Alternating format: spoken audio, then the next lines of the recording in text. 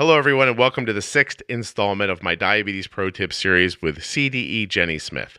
Today, Jenny and I will be talking about insulin pumping, but if you're not using a pump, still listen. Lots of good information. As a matter of fact, listen in order. You want to start at the beginning and work your way through. This series is designed to tell a story. This series is a narrative about how I manage my daughter's type 1 diabetes. The ideas you're hearing in these episodes, coupled with my favorite technology, is how we've kept my daughter's A1C between 5.2 and 6.2 with absolutely no diet restrictions for over 5 years.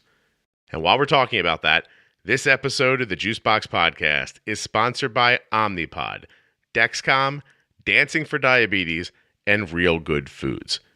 To get a free no-obligation pod experience kit from Omnipod, go to myomnipod.com/juicebox. Want to check out the Dexcom G6? Dexcom.com/juicebox.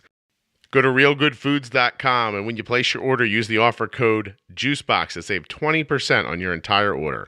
And never forget to go to dancingfordiabetes.com just to see good people doing good things for people living with type 1. That's dancing4diabetes.com.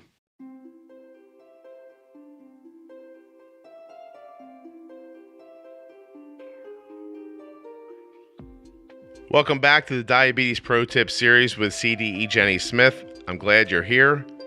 In this episode, Jenny and I talk all about insulin pumping and the ideas that surround the practice. Please don't forget that nothing you hear on the Juicebox Podcast should be considered advice, medical or otherwise, and to always consult a physician before becoming bold with insulin or making any changes to your medical plan.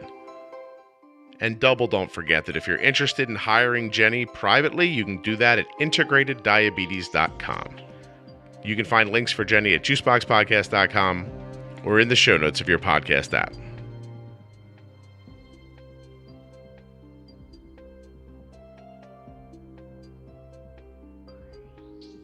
We are back talking about insulin pumps today. Awesome. And the idea of pumping in general, not any specific pump, although we might go over the ones that are available at the moment. So we discussed in the MDI episode that it's tough to get an insulin pump right away. You'd have to have great insurance. You'd have to be able to get over the, what do we want to call them, roadblocks that some endo offices put up to you getting getting an insulin pump. But congratulations if you've gotten that far and you're thinking about getting an insulin pump. Why do you think, let me ask you, do you think pumping has advantages over MDI? And if so, what are they? Yes. A broad statement, yes, there are advantages. I think there are pros and cons to everything, but there are a lot of pros. I think one of the biggest ones is precision in dosing. From the standpoint of injections, we can dose accurately, I quote accurately, to the half unit with an injection, right? I've even got a couple of friends who still do MDI, don't like pumping, and they've sort of figured out how to get that quarter unit in an injection, but is that accurate? No, it's not like the pumped accuracy. Pump can get down to the 0.05 or the 0.025 of a unit. That's precise. Right. That's minuscule. And for the broad spectrum of people that need insulin in different doses, the very, very little to the adult who is very, very sensitive for whatever reason, that can be important. So. Okay. And I agree. I think that especially when they're younger, I've had moments with Arden where it's a 0.1 or a 0.2 bolus that can really move somebody. And obviously the lower your body weight, the more that kind of precision makes incredible differences. I guess the con to that can be if you are so small, it's possible that it might be difficult to set your basal rates up, because if your basal needs are that little in the beginning, you can do that. I've seen people do all kinds of crazy stuff, like set a basal rate on for 1 hour, off for the next back and forth. And there's a way to get through that. I think if you have a smaller child and you want to pump, there's a way to accomplish it. There is. Yeah. Absolutely. So precision, definitely. And then, the icebergs that kind of pop up in your day. I know your strategy, and a lot of people's strategy is kind of the navigation of blood sugar, right? Yeah. And utilizing the smart tools on an insulin pump, smart being things like the extended bolus and the temporary basal feature. You cannot do that with an injection. Right. You just can't. And that's another huge pro to a pump. Yeah. I can't say I agree anymore. I'm in full agreement. I didn't understand at all about pumping when Arden was injecting. Right? There were just a lot of words I didn't understand, and people would talk about bolusing and all that. And you're like, what's that? What's an insulin to carb ratio? I have no idea. I know a little bit from injecting, but it was so much more specific talking about it with pumping. I had its own language. And I've mentioned before that as we were in Arden's pump class at her children's hospital, and I recognized that insulin was going to be used, like fast-acting insulin was going to be used as basal insulin. Yep. And that I could turn it off and turn it back on and increase it and decrease it. I'm telling you, angels. It was like a light bulb, wasn't it? Light bulbs were going off. Like everything happened. I was like, well, okay, immediately. Yes, please.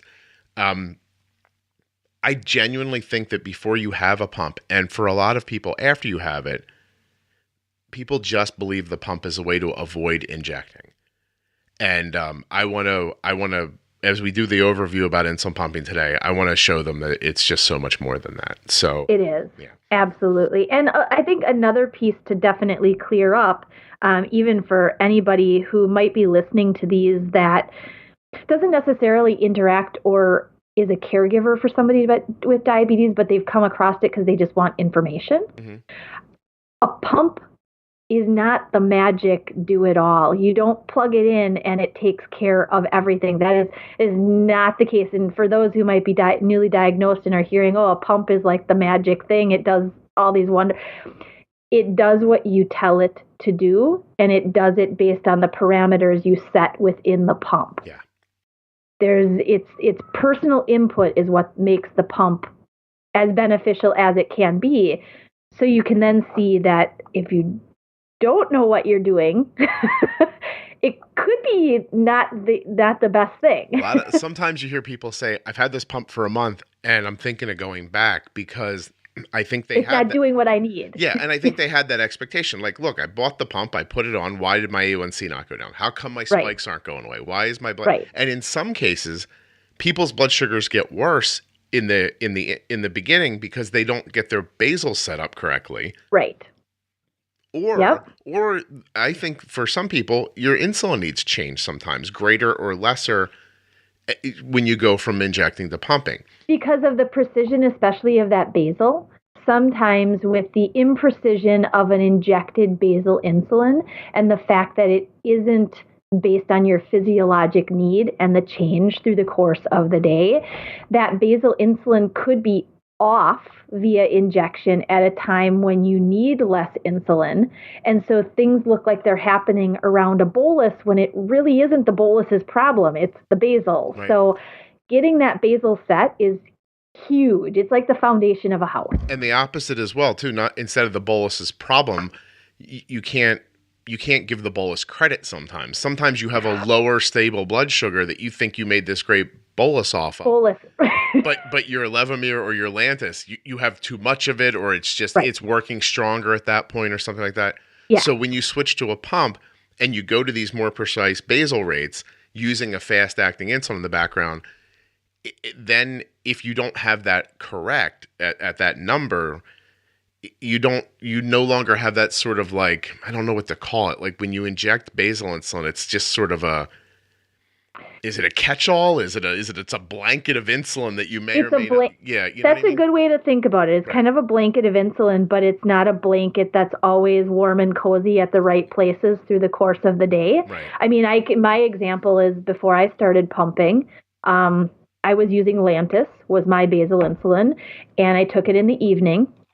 If I did not have a snack when I went to bed after taking it, I could have bet $1 million that I didn't have that I would have a low blood sugar between 2 and 3 a.m. And that's because your new basal insulin starts coming online and it works And it worked the way that it did. I needed less insulin at that time, but Lantus didn't know that. Lantus was like, hey, you put me in here, I'm going to get absorbed this way, and I'm going to do my thing that I was supposed to be doing, right? So I needed that dose for the rest of the day, but I didn't need that dose for that action time of the morning. So that's our first kind of lesson here with pumping. When you get an insulin pump, your basal rates need to be dialed in. And there's two things about that. The first thing is, and this, of course, is not true for everybody, but I do meet a lot of people whose doctors underwhelm them with basal insulin when they put them on a pump because they don't want to cause a low. They don't necessarily tell you that going out of the office, or you don't expect it. And so you get home, you're high all the time, and it doesn't ever occur to people that it's basal. So get on a pump, get the basal rate. I think the next thing is... Well, and one comment about that as adjustment factor, and you mentioned it before, insulin needs may change going on a pump. We usually find, give or take, that when you start on a pump, your basal injected insulin dose in the pump will need to be about 10, sometimes 20% less than what you were injecting in your basal dose. So let's say your basal insulin is giving you 20 units a day via Lantus or Levemir or Toujeo or whatever it might be. 10% less than that is 2 units less.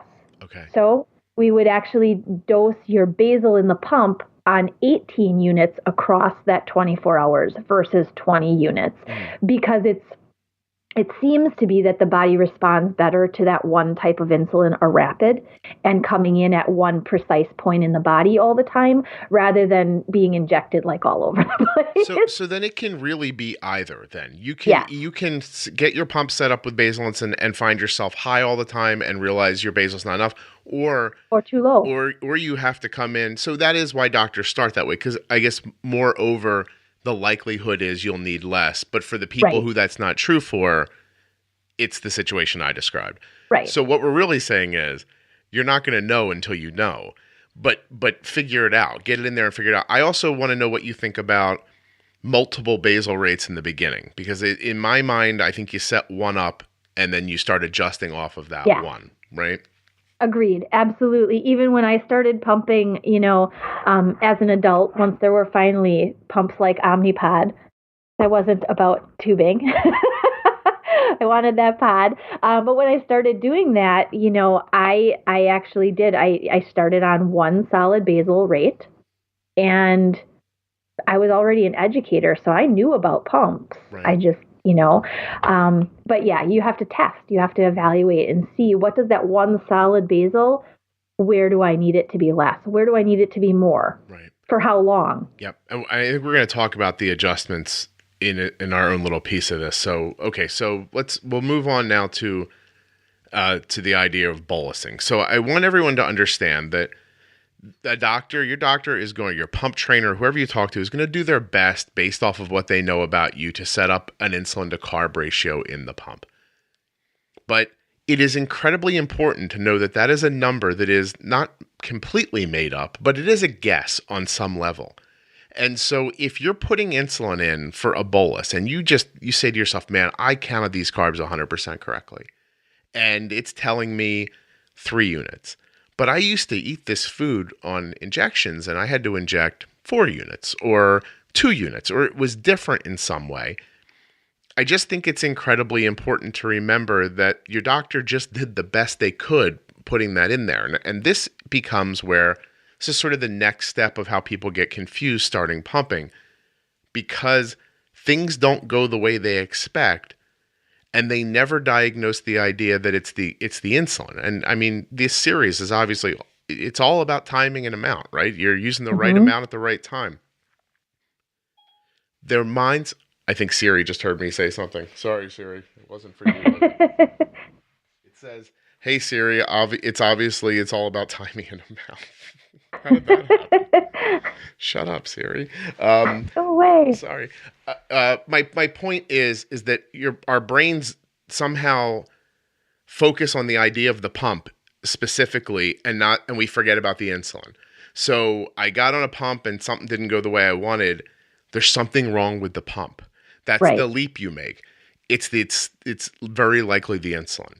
So you can't jump over the obvious answers to get to the other ones. Then we run into the problem that people don't want to make insulin adjustments in their pumps in the beginning. So for all of you listening who are about to start pumping or are new to pumping, and you're seeing something in your heart you know isn't right, I would implore you not to sit around for 3 months waiting for your next endo appointment. Right. Okay. So if your blood sugar's high, you probably have not enough insulin. It's possible that, you haven't timed it right, but there's safe ways to make small adjustments to your insulin on your own. Right. And absolutely. And so would you talk to me about how would, if someone called you and said, hey, I don't know what to do, and you looked at their graph and said, I think your basal insulin needs to be turned up or turned down, what percentage do you tell them to move at? Like a kid in a candy shop, I just spent an hour using the Omnipod PDM. You may be listening to this now thinking it's not out yet, but it will be very soon. And if it's already out, well then, welcome to time travel. While I was in that room, I got to use the new Dash, touch screen, all color, Bluetooth, really fantastic. I also got to see the display and view apps that Omnipod will be unveiling. So if you're the caregiver of someone using an Omnipod, when they bolus, you'll be able to see it on your app. You'll also be able to receive alerts on your app as a caregiver, and I know you're excited about that. There has never been a better time to use the tubeless insulin pump that Arden has been using for 11 years. The Omnipod. The best part, of course, is that Omnipod will offer you a free pod experience kit. They're going to send you a free demo of the pod. There's no obligation. It doesn't cost you anything. It comes right to your house, and you get to wear the pod to see if you like it. You don't have to just trust the guy on the podcast. You can see for yourself. So if you're switching to a pump or switching from a pump, in my opinion, there is no better choice than the Omnipod. You want to find out if I'm telling the truth? Go to myomnipod.com/juicebox and get yourself a pod experience kit. There's absolutely no obligation. It's 100% free. And if you can't remember that link, it's also available at juiceboxpodcast.com or right there in the show notes of your podcast player. myomnipod.com/juicebox. Insulin pumping is absolutely terrific, and insulin pumping tubelessly with Omnipod is whatever terrific times a million is. What percentage do you tell them to move at? It depends on what the overall picture looks like. If there are small, less aggressive looking changes to their blood sugars, but it's in a basal only time period, and you can tell that obviously something is wrong, we recommend making adjustments if there's more than a 25 to 30 point shift up or down from a set blood sugar. So let's say if you're testing the overnight, you go to bed at this rock solid, 102 blood sugar, but by, and that's 9 p.m., but by 1 a.m., your blood sugar is at 201. That shouldn't happen on basal insulin. There's something incorrect there. So, with a shift like that, we would bump basal probably by like a 0.1 in that time period to offset the incoming flux or incoming need for extra insulin. Usually, if it's a smaller incremental change to blood sugar, you're going from a blood sugar of 102 to 152, you probably don't need that much of a change. And so maybe more of like the 0.05 in a rate. Smaller increments too, the 0.025, which most of the pumps on the market can do, not all of them, but some of them. So that may be something that you play with, especially if you feel like you're pretty sensitive to small changes in dosing, then you may want to start smaller and make an adjustment up or down. Right. And so again, it's a good place to point out that the number's not important because we can't tell from one person to another. And I'll give you an amazing anecdote about that. I was with a group of people this past weekend. There was a college-age kid there who, in my best guess, was 6'10" and must have weighed 230 pounds. And his basal rate was lower than my daughter's, who is 5'6" and weighs 125 pounds. My daughter is also growing and, gets a period and things like that. So you can't You can't reach out into the public back to your doctor and say, just tell me how much to turn it up. Right. Like you have to pick an increment that's not crazy. It's not dangerous. Obviously, you're not going to take a 0.5 basal and make it a 1. Right. You'll try 0.6. Like if you're a little high, try 0.6. And then if you do it for a few hours and nothing's going on, try a 0.7. Like, and Right. you might get to a point where now I'm a little too low, and then dial it back 0.65 and Right. make that decision on your own. Like, think it through. And certainly communicate with your provider if you want some assistance in saying, hey, even calling your endo office, most often you get connected with a nurse. The nurse is then going to relay your message to the endo. You might get a call back, hopefully 24 hours, maybe 48 or, whatever it might be. But at least you're acknowledging, hey, I'm seeing this issue. I'm making my adjustment because I'm the one living with diabetes 24/7. I'm telling you so that if you've got any additional feedback, great. I'd love to hear it. Yeah. But you definitely can't do what happens to some people where you just freeze, because I want you to really consider what we've been talking about, what you've been listening to, going back to your doctor 4 times a year and saying, hey, look at 90 days worth of my blood sugars and adjust this and make it correct. Right. It's just, they're not guessing, but they're just doing their best, and their best is limited because they're not with you. Correct. And so I know that it's probably happened to you before. You sit and you stare at these blood sugars and you think, well, this isn't what I was told. But just remember, you're getting this machine and it needs to be dialed in. You have to get it right. You got to get it running right so that you can start enjoying the benefits, which are significant once you get it going. And I will say that I was one of those people who got a pump for my daughter when she was 4 years old. Oh my God. Over 10 years ago. Oh, wow. Yeah. And I slapped it on her, and then I stepped back and I looked at her blood sugar and I looked at her A1C, and I'm like, okay, just start going down. Like here it comes. Everybody get back. This, oh my gosh, back then, this 8.9 A1C, it's going to be magically lower. Well, it did go down a little bit, but not a lot. It only went down a little bit because I guess I was able to bump her insulin a little more. That's where we started, right? Well, I guess a little more, because back then, if you missed on a bolus, doing it again meant injecting again. And no one ever wanted to do that. So you just waited and hoped and crossed your fingers, right? But now I could give a little more and a little more. But in honesty, just adding an insulin pump without understanding it did not bring Arden's A1C down that far. Right. I think it's kind of like, the adjustment is kind of like getting wheels aligned on a car. Right? If you want to ride this straight line, you have to do these incremental adjustments so that you're not consistently veering off the road. That's right. You got to rotate your tires. You need to get your ball bearings all straightened out and everything. That was just the extent of my knowledge of cars, as we've heard. But right. But I joke a little bit. I understand. So people who really understand cars, there's toe and camber. There's these tiny adjustments that get made to your front wheels that keep your car moving straight. And it's the same situation. Those, again, just like bumping and nudging blood sugars, these are tiny adjustments to get you where you want to be. And the difference between being 190 all day long and 90 all day long could just be 0.1, a half a unit of a change, depending on your size and your weight and your needs, the tiniest amount. And just imagine that, we talk about it all the time. If you don't have enough basal insulin going, when you bolus, a lot of your bolus is just replacing the basal you don't have.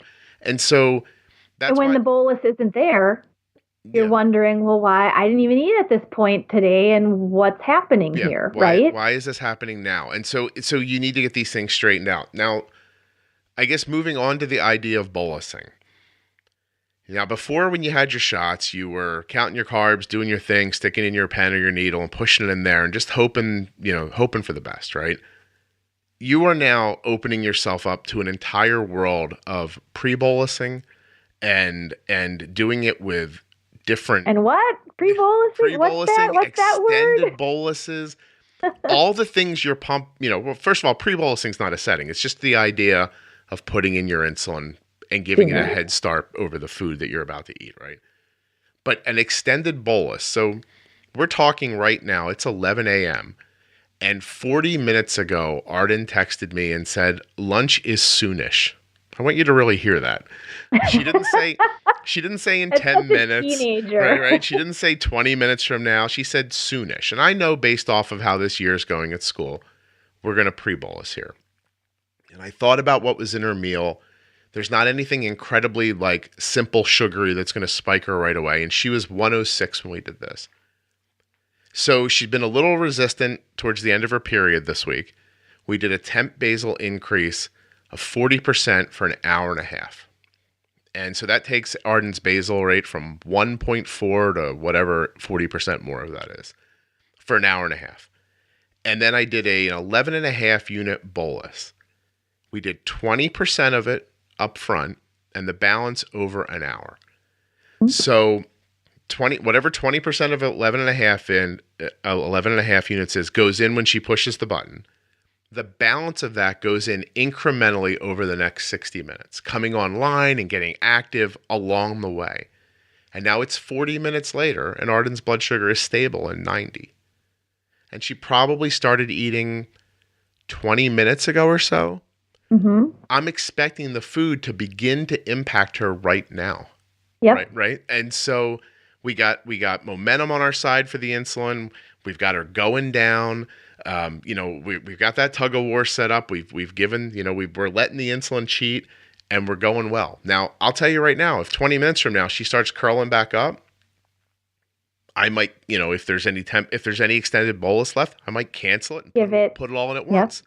If the extended bolus is over, I'm going to go, I might have missed a little bit. There's all kinds of different adjustments you can make to change the timing and the amount of the insulin. Mm-hmm. I want you, though, to talk about extended boluses, and I want you to talk about it the way I know I can't, which is technically and smartly. Yeah. No, I think you give very good description. I think the biggest thing to understand to begin with an extended bolus is that all pumps can do them. They all term them or call them something a little bit different.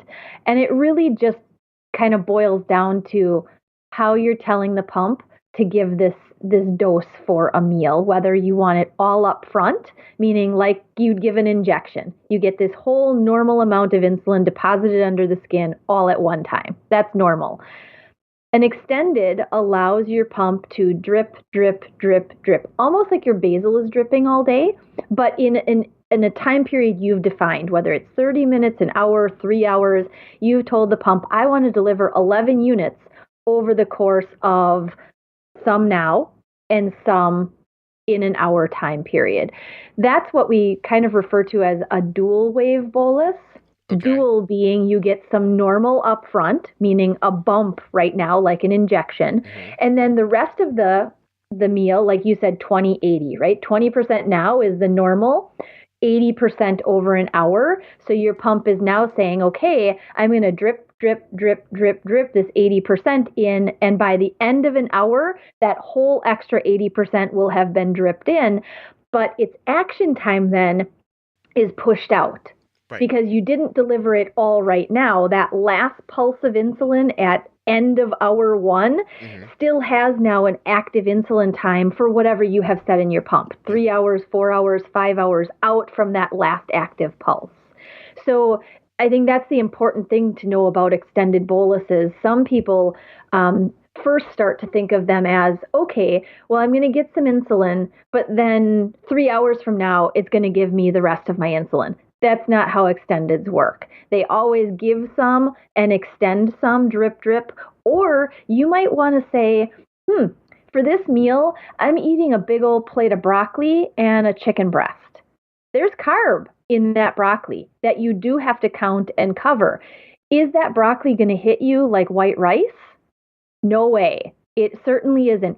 So a meal like that, you may say, okay, with these really low glycemic carbs, I'm going to extend the full bolus, something we call a square bolus. You take that meal that's suggested as a bolus and you drip, drip, drip the whole amount of it out over your designated time period. And there are different reasons for all of those. Yes, and you got to figure them out, and you can. I was with a person eating low carb this past weekend. Hi, Vicki. And we sat down at a restaurant. She had a meal that you would expect had almost no carbs in it, but a ton of protein. She sat and ate it. We got in the car, drove away. It's now 20 minutes or more past when the food was, and she grabbed her PDM from her Omnipod and gave herself insulin. Because she does know she needs insulin for that protein. But she didn't need it. If she would have bolused and sat down, or pre-bolused and sat down, she would have gotten incredibly low. Yeah. Yep. And it was amazing to see somebody figure that out. And I'm going to add what I learned about that to me, like how the protein needs more later. Absolutely. It takes into the fact that we know these things from a set of rules, but I mean, the classic, your diabetes may vary. Your diabetes bolusing strategy will vary. It will. May. Yeah. Not may. It will vary. I mean, my breakfast every morning, I've got a friend who eats the same exact breakfast. After talking to me, she was like, "Wow, that sounds awesome. I like it. I want to give it a try." Blah blah blah. So now she loves it. Her bolus strategy for it, similar, but not 100% of what I do. It's different because physiologically she's different. Yeah. And so if you've ever heard me speak live somewhere, there'll be a moment where someone in the audience asks the question, how much, how long, and I go, I don't know, figure it out. Yeah. And there are starting places. Right. There are some starting rules to things. Yeah. It's kind of like, the how much do you adjust the basal up? 0.05, 0.1. It's a starting place. Right. Sure. Give it a try. If it doesn't work, okay. Yeah. Next time you adjust different. Right. And I'm more aggressive. Like when I adjust basal rates, I adjust them like 30% of the time because I'd rather cause a low and then back down from the low to find a level spot than to stay high for several days. And to nickel and dime the high, right? Because I feel like you're getting a more accurate depiction of what's happening if you're using more insulin. When you're using less insulin, then there could be resistance going on, and maybe. Well, and the field to then that you have to correct. And so you never really get a true picture of what does the basal adjustment really just do, because now I'm high and I want to correct and I'm not going to leave it high. So I don't understand what the basal, I just know it's not enough. You'll get a look into my parenting style that way too. Whenever my children ask me something, I respond immediately with no. And then we work backwards from no. Yeah. And so I sort of do the same thing with the insulin. I slam the insulin and then I work backwards from there to find a level spot. I wanted to say about insulin action time. It's another idea of settings in your pump, right? Mm-hmm. So there's an amount of time that insulin should work in your body. Like how long from when you put it in to when it stops working. And you'll see people say all different kinds of numbers, for hours. It's different for me here and there. Same insulin. They're using one kind of insulin. Some person will say, well, my action time is 4 hours. My action time is 3 hours.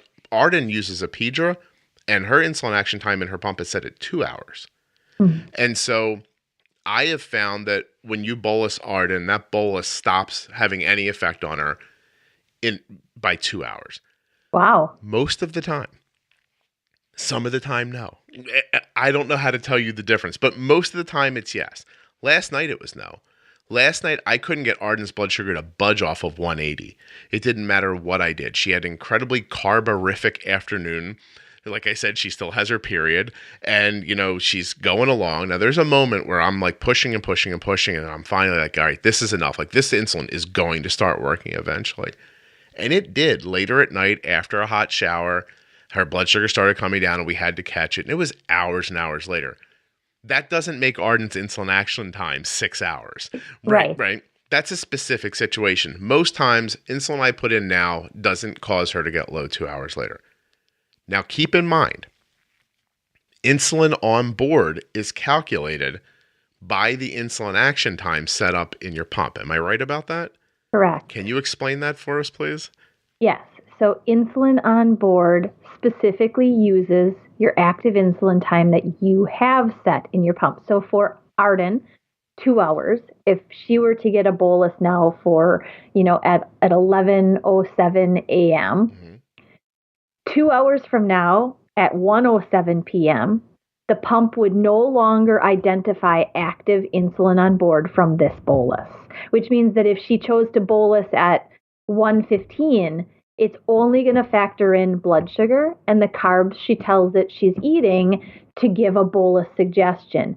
However, within active insulin time, let's say, an hour from now, somebody's birthday comes up and they bring a big old treat to school, and she's like, "Hey, Dad, I'm totally going to have I'm going to eat another 30. I'm going to eat another 30 carbs over top of what we just bolused for an hour ago." Right, exactly. But that was an hour ago. So your pump still assumes, hey, there's still insulin on board from this bolus that she gave an hour ago. There's this much active insulin left. Important thing about IOB is that you have to feed the pump information in order for it to consider IOB. Information being blood sugar and carbs. Mm-hmm. If carbs are a piece in the picture here, right? Because if you do not feed the pump a blood sugar, it doesn't know the effect of the insulin on board that's still left. Mm-hmm. And to calculate the next bolus correctly. It sees the insulin on board, but it may not be able to adjust because it doesn't have a pinpoint of glucose value to now say, okay, she was an hour ago at 82, now she's at 179. That insulin on board that's left is coming into the picture, but the pump also sees a higher blood sugar. So it's going to say, okay, she's high, she wants to eat this much more. This is how I'm going to calculate the bolus despite there being active insulin left. But in a situation where, like, for instance, now Arden's blood sugar is 111, okay? Mm-hmm. And I'm seeing a curve up on her CGM. But her pump right now, if you tested right now, say she didn't have a CGM, she tested right now for that, surprise treat an hour later, and it says, oh, your blood sugar is 111, you have all this insulin on board from the meal. Go ahead and eat that. You don't need insulin for this, or you don't need as much insulin for that. That would be stacking. Now, it would be. Okay, and that's a word that doctors are going to throw at you, and they're going to mean for it to scare you. And maybe it should in the beginning. I'm not 100% sure, but what they're going to tell you is you can't stack insulin because eventually it's going to catch up to you, and it's going to make you low. I say to that, yes, if you don't need the insulin.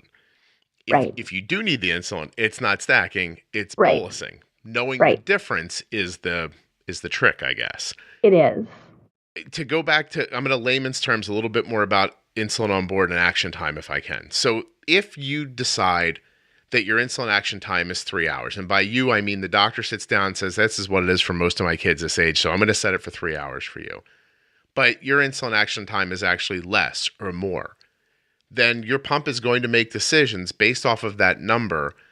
It doesn't make it right. I want to be clear to everybody. The pump doesn't have a magic sensor that's in you somewhere that knows that it's telling you the right thing. It's making a static decision from a static number that's not necessarily correct. It's probably a good guess.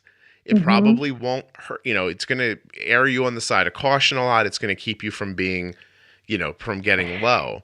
And I think that's it's a very good point to bring up because what we've actually found, especially in the community of people who are doing the do-it-yourself looping types of pumps, which is a whole nother broad topic. But I bring it up in this mainly because what we found is that the action time of rapid-acting insulin is actually beyond what most people have it set in their insulin pump. And the reason that we have it set for less time in an insulin pump is because we inherently do not want to run high blood sugars. And so if we give the pump an active insulin time of 3 hours, when really that bolus is probably lasting about 4 hours for us, what it means is that at 3 hours and 1 minute after this bolus was delivered, if your blood sugar is still high, your pump now no longer sees any active insulin, and it can bolus you more aggressively for the blood sugar that you now want to drive down, right? Whereas if you had it set for 4 hours, at 3 hours and 1 minute, you were like, I'm high, I want a bolus to get this blood sugar down. Your pump's going to be like, let's be a little conservative here because you still have this like quarter of that last bolus still working. We are now 6 episodes deep into the Diabetes Pro Tips series. We're halfway through talking about insulin pumping, and next month the episode about how to use a CGM like a ninja is going to come out. It's time, guys. Let me be bold and say, I think if you don't have a Dexcom at this point, you want one. You have to take the leap. You have to go to dexcom.com/juicebox and get started right now. But if you need to be reminded again why, I'm happy to do that for you.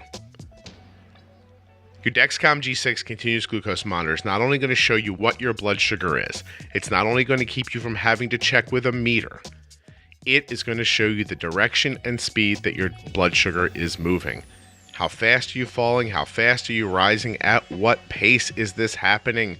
Should I put more insulin in? Should I not? The data from the Dexcom G6 is going to help you make that decision. All of the things you're hearing in the Juicebox Podcast, and even more specifically in this Diabetes Pro Tip series. If you'd like to put those things into practice, if you'd like to grab diabetes by the you-know-what and just wring its neck and say, I've had enough of this. I want to eat Chinese food. I want to have a pizza. I don't want my A1C to be 12 because of that. I don't want to spike to 400. I just want to eat. I think you can do that with the Dexcom. Now, my results are mine and yours may vary, but I got a good feeling. Dexcom.com/juicebox. The links in your show notes or at juiceboxpodcast.com. I mean, even if you don't want the Chinese food, wouldn't you just like to sleep overnight with some comfort?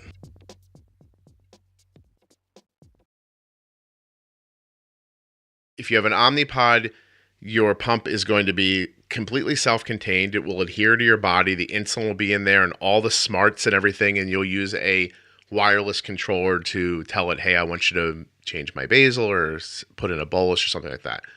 All other pumps have tubing and an infusion set, right? So you'll have an infusion set that'll put your cannula in, tubing will run to the pump, and that pump will have its insulin in it. You'll need to keep that with you. It'll be clipped to you somewhere, right? And that's a good point to make, too, about the difference. Omnipod, the PDM does not have to be on your person for the pod to continue delivering. Right. That's a big question that a lot of people have. Well, I don't want to carry around this extra thing all the time. You don't have to. Right. Once the pod has been told what to do, it does it. As soon as it beeps and it recognizes the signal, you're done. Actually, you can walk away from, if your insulin starts in, like say you're putting in 10 units, delivering, right? As soon as it starts delivering, you could run across the state and your PDM be in your house and the insulin would keep delivering. Yeah. Also important to talk about about pumping in general is that to bathe or swim on a tubed pump, you're going to have to disconnect. For most of them. Right? So even in, more aggressive like sports, for instance, like there's a lot of people who disconnect to go play soccer or, football or something like that. With Omnipod, you'll always be wearing it. I think to me, that's a huge point that made me want to do it because you always hear people say like, oh, I went to the beach and I got high. I get high at the beach. And I always think back to someone who was on the show. I think it was just a few episodes ago where he said, if you put a pencil in your back pocket and then rob a bank, pencils don't cause bank robbery. And so the beach doesn't make your blood sugar high. Taking your insulin pump off made your blood sugar high, right? Like that kind of an idea.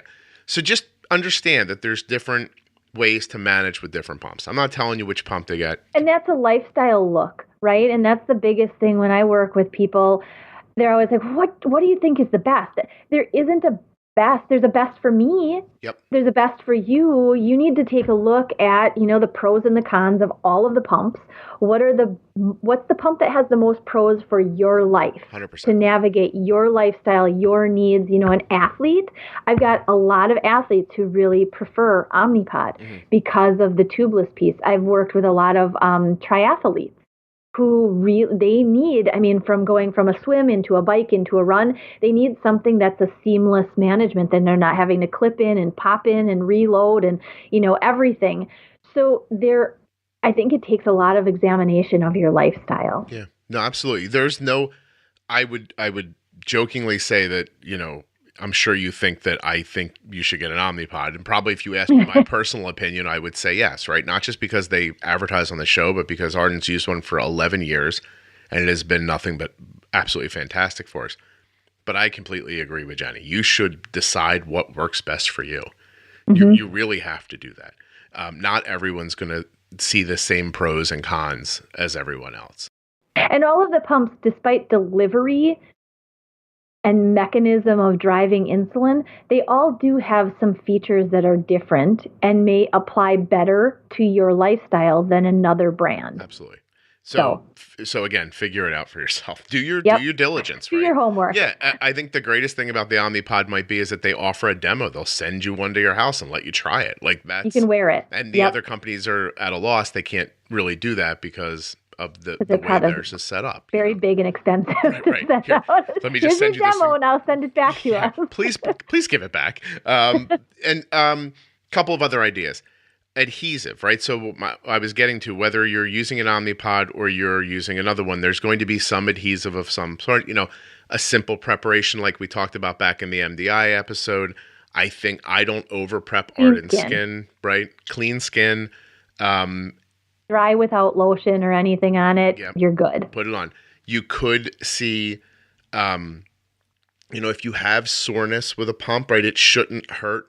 No. Right. So no, it should not. So be careful. Like if you have soreness that, after it first goes on, obviously, it's not fun to have a hole poked in you and that's going to be done by any one of these pumps.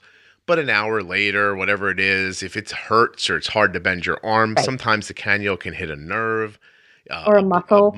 Like bumping up against muscle. Mm-hmm. All of these companies will, if you call them up and say, look, I had to put in an infusion set and it hurt so bad I took it out. Can you send me another one? Right. Generally speaking, their customer service is good. They will. Correct. And it's really important because it can affect absorption at the site if you've got a site that that's hurt or, maybe getting infected or for some reason there's irritation under the site. If that site is bothering you, that's not good. Remove it, pop in a new one. Do something. Yeah. Do something. Don't sit in pain. And that I think that's important. Tubing is something I don't completely understand. How much tubing do I need? Is it just as much to get me to where I want to store my pump? Correct. And that depends. Tubing comes in many, many different lengths. For the tubed pumps of which there are only two on the market, either Tandem or Medtronic are the tubed pumps that are available now, at least here in the States. So the tubing length depends on exactly where you're going to move that pump to and pop it in. If it's in a pocket, you may need short tubing, 18 inches.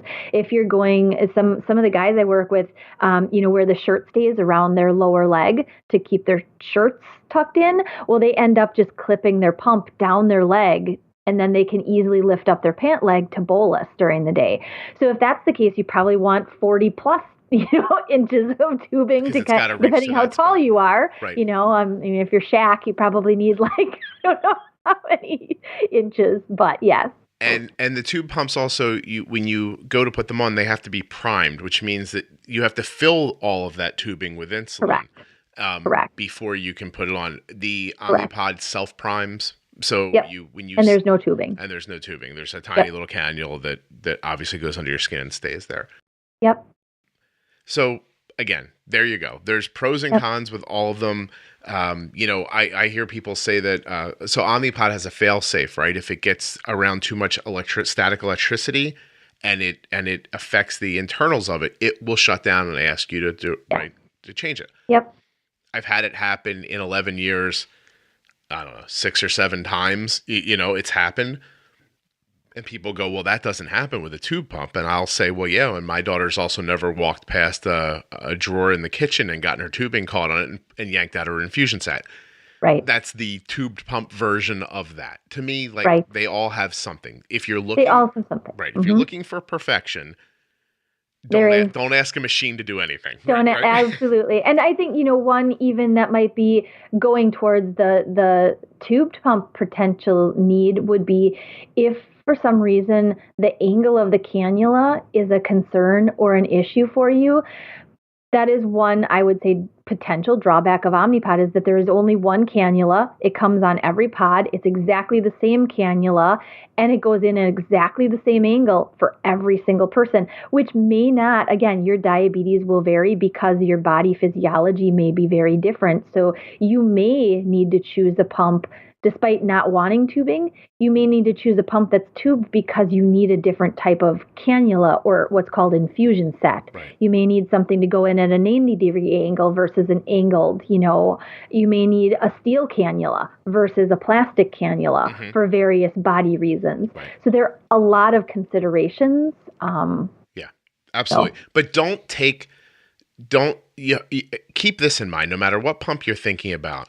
I know this is going to sound a little dirty, but it ends up being true.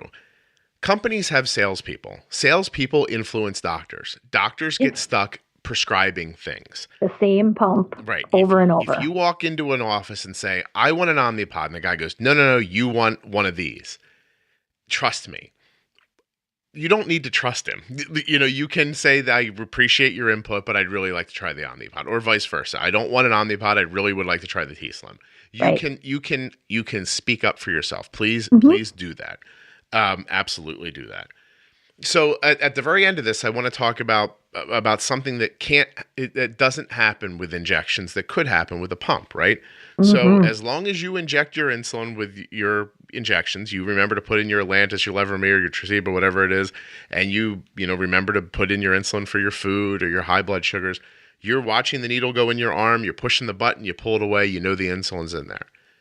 With any insulin pump, the possibility could exist that your cannula could get bent, that your tubing could get kinked, that the pump could, I don't know, the batteries could die. Like right. If Omnipod doesn't have batteries in theirs, but the other ones do. There's mechanical You could leave the house and totally forget that your reservoir only had 5 units, and for the rest of the day you actually needed 20 units, and now you have no insulin left. And you're in trouble, right? You're in trouble. Right. So these are things that could happen. When you we have a radius. In my mind, if I'm more than 30 minutes away from my house for any extended period of time, I bring insulin and another pump with us. Yep. The other day, we drove an hour and a half to something, stayed there all day, had all this extra diabetes supplies with us, didn't need one of them. Most of the time, you don't need it, but when it happens, it happens. Right. Now, in 11 years, I'm happy to tell this story. In 11 years, we've had one insulin delivery problem with Omnipod. And it wasn't the pump, it was us.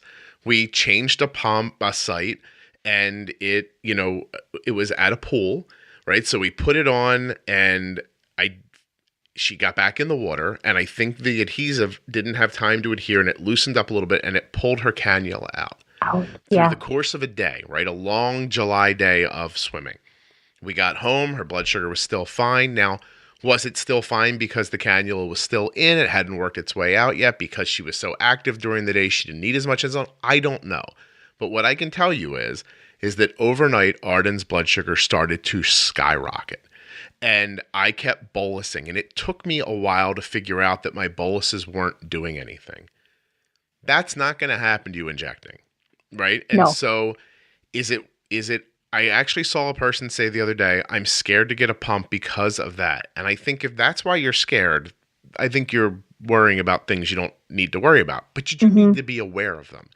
Correct. Right? Your tube kinks, something happens, you're not getting insulin delivery. You also don't have any slow-acting insulin in. So when you lose your pump, you lose your slow and your fast-acting. You can go from everything's right on to DKA pretty fast. Quick, exactly. Absolutely. And it's a really good piece to discuss, because it's one of the primary things when I work with starting somebody on a pump that we discuss right in the pump training is the risk for DKA or the risk for a pump malfunction, and how do you navigate that without having such tremendously high blood sugars that then take forever to bring down because you're at such a deficit of insulin, right? I mean, our recommendations really are with a pump, an odd high blood sugar, or now with the use of a CGM, blood sugars that are, like you said, just all of a sudden skyrocketing, and there should be no reason for that skyrocket. Like you didn't go eat the whole Dairy Queen cake and just not bolus for it, right? Yep. There is something wrong. You bolus from the pump. If that initial bolus doesn't start to make a dent in that glucose within the next 30 to 60 minutes, you change everything out. You change the site, the tubing, the reservoir, the pod, whatever. You might even change the insulin, especially if it's been a day at the beach and your insulin hasn't been kept, change the insulin out. Really important. I bail on a pump site as soon as I know to. I will sometimes, if I get a stuck number but it's not too high, sometimes I'll inject a little bit. And if you inject instead, you go, oh my God, it started moving right away. Maybe I'm going to get off this pump site like a little sooner. And that's, to just go over a couple of ideas. You can't keep reusing the same site over and over again. They eventually become less effective for reasons we talked about in other episodes. You have to understand that when you put in an insulin pump, a needle has poked a hole in you and left behind a piece of plastic in most cases, right? This plastic is a foreign body. An irritant. Right? It's an irritant. Mm-hmm. I remember discussing with Aaron Kowalski from the JDRF one time that he thinks one of the most ignored technologies for people with diabetes that we don't spend enough R&D time on is cannula materials. And how to make them less irritating to the body, because when your body thinks it's injured, it sends white blood cells to the place it believes there's an injury. And I don't know anything technical, but in my mind's eye that draws cartoons of what I think the world looks like and how I understand things, there's little white blood cells, sort of like the beginning of Jurassic Park when they show that cartoon to explain dino DNA. In my mind, I see little white blood cells coming and attaching themselves around that cannula and making my insulin not flow correctly. I know none of that's probably technically correct, but I do know that when a place gets irritated like that, that insulin becomes less effective. And there are times you have to bail on a site sooner than you want to.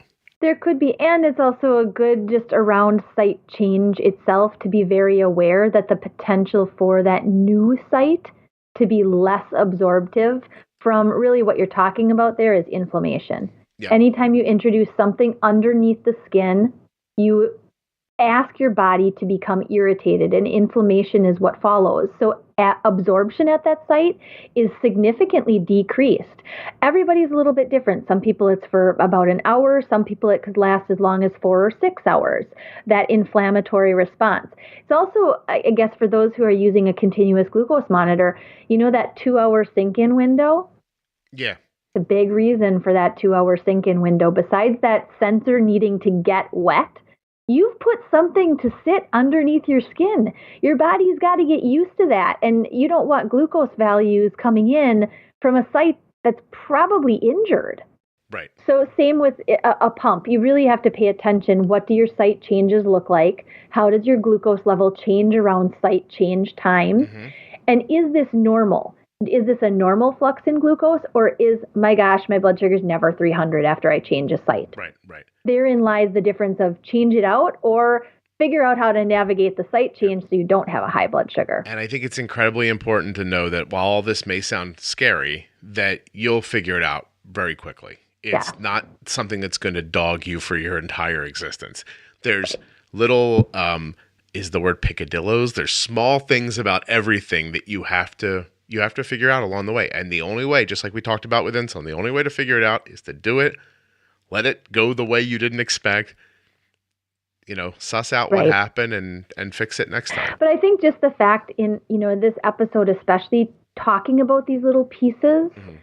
It's really, really important because these are pieces that are often not talked about from an endo education standpoint. They're missed. They're things that you've figured out along the way, and you've talked to other people and you're like, I'm not the crazy man. Mm-hmm. This is what's happening, right? Me too. I mean, I could have sat and asked my endo about it, but there are things that in interjecting and working with other people and my own self-experience, I'm like, I'm not crazy. Right. This is what happens, and I'm not the only one. Great example that when Arden was younger and we changed her pump, she'd get high.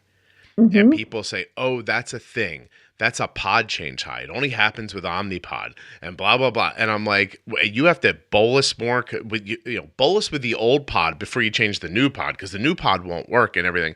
None of that was the truth. You want to know the truth? Arden was incredibly nervous to get her insulin pump changed when she was little. And the adrenaline would hit her and shoot her blood sugar up. And one day, Arden stopped being nervous about having her insulin pump changed, and that all stopped. There was no so people had imagined this entire story around this, and I started buying into it at first. I was like, oh, obviously the pump doesn't work right away, and all this stuff. And by the way, that's not an unnecessarily incorrect statement. There, like you just said, new inflammation, there's an injury. You do sometimes need more insulin up front, and I don't disagree with that. But the leap she got wasn't the pump change. It was adrenaline. It was adrenaline. And I still, like we talked about earlier, a new pump, as soon as I put on a new pump, I double the basal for an hour. Just to get it going. But I started thinking down that it's, again, this cause and effect. It's the pencil in your pocket, right? Like, I changed the pump and her blood sugar went up. Obviously, the pump's not delivering insulin anymore. Makes sense. Didn't end up being correct.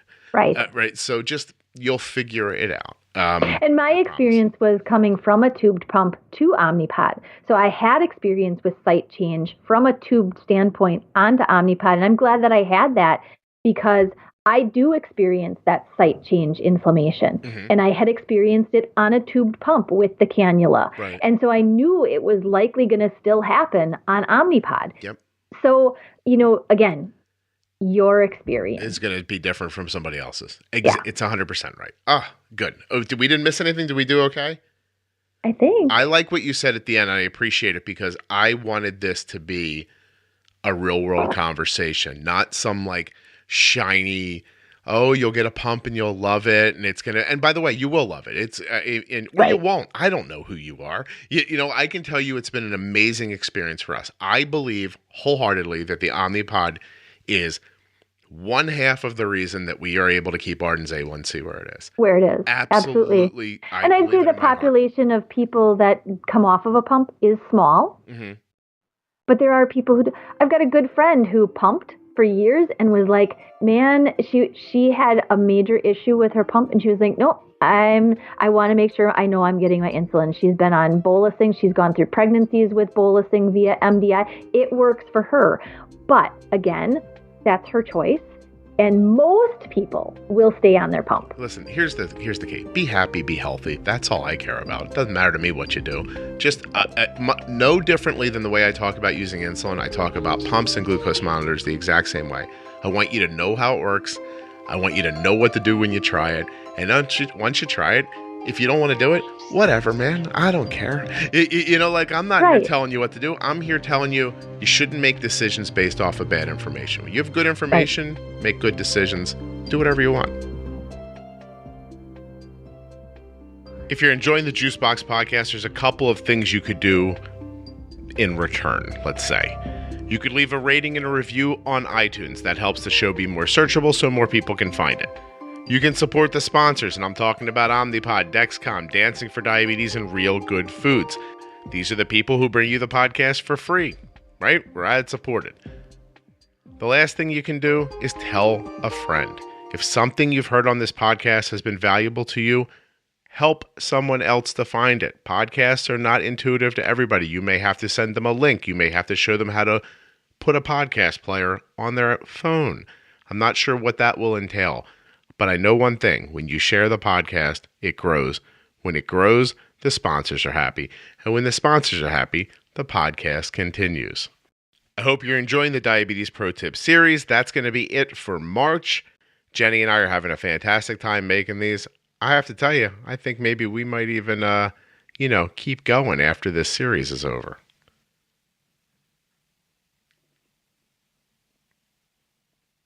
Did you think I was gone? I'm still here. At this point, you have to be asking yourself, why am I not pushing stop?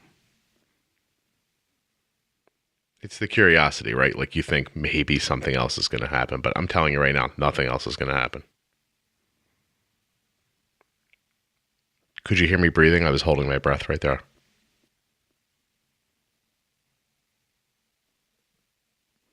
Thank you for listening to the Juicebox Podcast. I'll see you next week.